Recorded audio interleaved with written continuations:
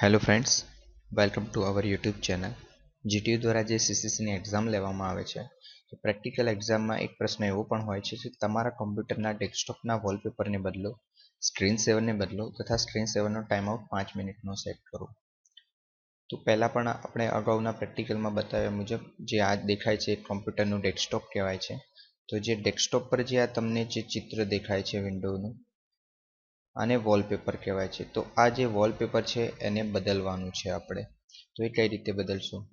તો ડેસ્કટોપ પર જઈ માઉસનું રાઈટ બટન ક્લિક કરશો તો આ રીતના જુદા જુદા ઓપ્શન્સ આવે છે. એમાં સૌથી છેલ્લું પર્સનલાઇઝ છે. એ પર્સનલાઇઝ પર જ્યારે આપણે ક્લિક કરશો એટલે એક વિન્ડો ખુલી જશે. આ વિન્ડો ખુલશે ત્યારે તમારી સામે આ રીતનું બધા ચિત્ર દોરેલા હશે. ત્યાં સૌથી નીચેના ભાગમાં ડેસ્કટોપ બેકગ્રાઉન્ડ લખેલું છે. ડેસ્કટોપ બેકગ્રાઉન્ડ પર જ્યારે તમે ક્લિક કરશો એટલે તમારી સામે એક વિન્ડો ખુલશે. એ વિન્ડોમાં જુદા જુદા ચિત્ર છે. આમાંથી તમે જે ચિત્ર પસંદ કરશો એ તમારા ડેસ્કટોપ બેકગ્રાઉન્ડ તરીકે સિલેક્ટ થઈ જશે અને તમારા ડેસ્કટોપનું વોલપેપર છે એ બદલાઈ જશે. અત્યારે આપણે આ ચિત્રને સિલેક્ટ કરીએ છીએ અને સેવ ચેન્જીસ પર ક્લિક કરીએ છીએ. પછી આપણે એને વિન્ડોને બંધ કરીને જોઈ લઈએ છીએ તો આપણું ડેસ્કટોપનું જે બેકગ્રાઉન્ડ છે એ બદલાઈ ગયું છે. તો આપણો પ્રેક્ટિકલનો જે એક ભાગ છે એ અહીંયા ક્લિયર થઈ જાય છે. આ જ વસ્તુને આપણે થોડું વિસ્તારપૂર્વક સમજાવીએ જેનાથી તમને આખી જે મેથડ છે તે બહુ સારી રીતે સમજણ પડશે. તો આપણે માઉસનું રાઈટ બટન ક્લિક કરીને જ્યારે પર્સનલાઇઝ પર જઈએ છીએ ત્યારે ઉપરના ભાગમાં અહીંયા લખાઈને આવે છે change the visual and sound on your computer. Click a theme to change the desktop background જે અહીંયા છે, વિન્ડો કલર જે અહીંયા છે, સાઉન્ડ્સ જે અહીંયા છે એન્ડ સ્ક્રીન સેવર જે અહીંયા છે, ઓલ એટ વન્સ. તો આપણા આ પ્રેક્ટિકલના પ્રશ્નના બંને જવાબ અહીંયા જ છે, આ પર્સનલાઇઝમાં જ છે. તો ડેસ્કટોપ બેકગ્રાઉન્ડ બદલવાનું પણ અહીંયા છે, સ્ક્રીન સેવર સેટ કરવાનું પણ અહીંયા છે. તો ડેસ્કટોપ બેકગ્રાઉન્ડને થોડું આપણે વિસ્તારપૂર્વક સમજાવીએ તો ડેસ્કટોપ બેકગ્રાઉન્ડ પર જ્યારે આપણે ક્લિક કરશો ત્યારે આપણને આ ચિત્ર દેખાય છે અને આપણે સિલેક્ટ કરીને વોલપેપર બદલી નાખીએ છીએ. પણ કદાચ જ્યારે આપણે પ્રેક્ટિકલ એક્ઝામમાં બેઠા હોઈએ ત્યાં કોમ્પ્યુટરમાં આ ચિત્ર ના આવી શકે તો તમે પિક્ચર લોકેશન પર ક્લિક કરશો તો ત્યાં તમને જુદા જુદા ઓપ્શન્સ મળી રહેશે.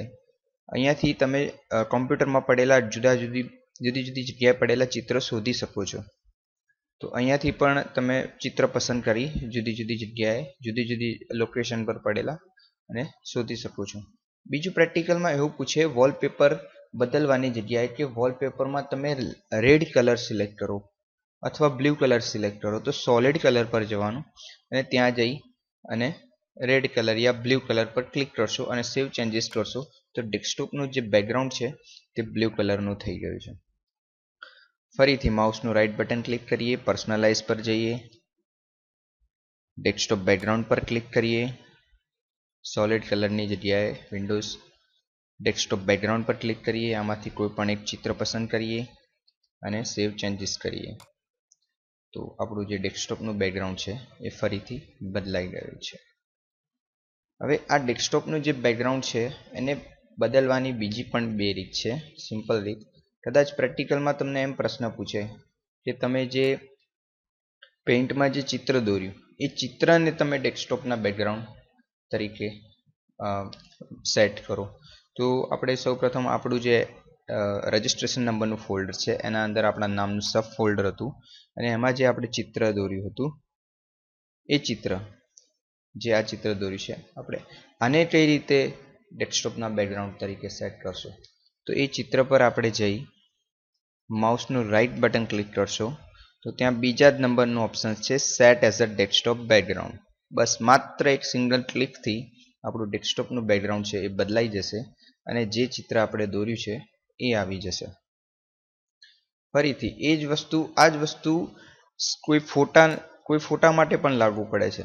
ધારો કે આ જે ચિત્ર છે એના પર આપણે જઈ રાઈટ બટન ક્લિક કર્યું છે અને set as a desktop background પર ક્લિક કરીએ છીએ તો ફરીથી જે ડેસ્કટોપનું બેકગ્રાઉન્ડ છે એ બદલાઈ જાય છે. એટલે કે ડેસ્કટોપનું બેકગ્રાઉન્ડ બે રીતે બદલાય છે.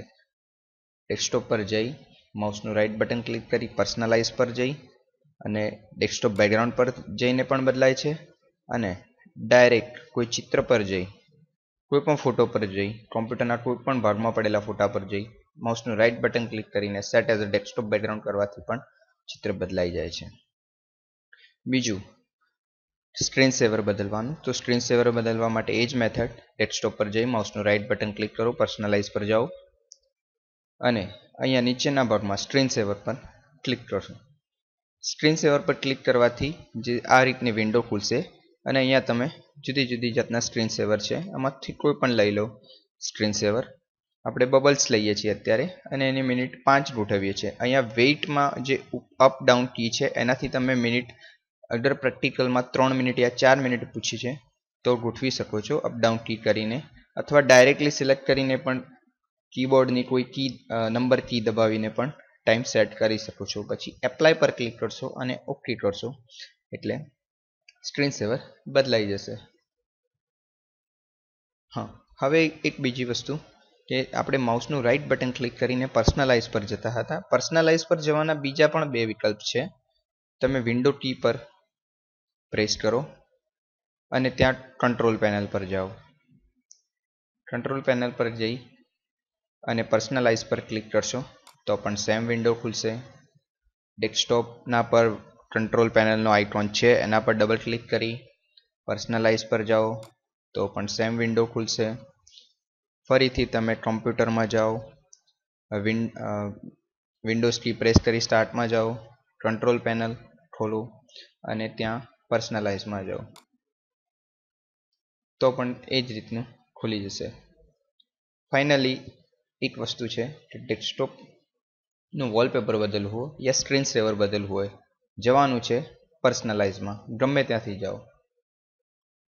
મિત્રો, અમે આશા રાખીએ છીએ કે અમારા આ વિડીયો ટ્યુટોરિયલ દ્વારા તમને સમજવામાં સરળતા રહેશે અને અમારા કોઈ પણ વિડીયો ટ્યુટોરિયલ વિશે કંઈ સલાહ સૂચન હોય તો પ્લીઝ કમેન્ટ્સ કરશો, અમારા વિડીયોને લાઇક કરશો અને મેક્સિમમ શેર કરશો, જેથી જે મિત્રોને કોમ્પ્યુટર ઓછું ફાવે છે તેમના સુધી આ વિડીયો પહોંચી શકે અને GTU દ્વારા લેવામાં આવતી CCCની એક્ઝામમાં તેઓ પ્રેક્ટિકલ સરળતાથી કરી શકે. Thank you for watching and keep watching youtube.com/bkdsham.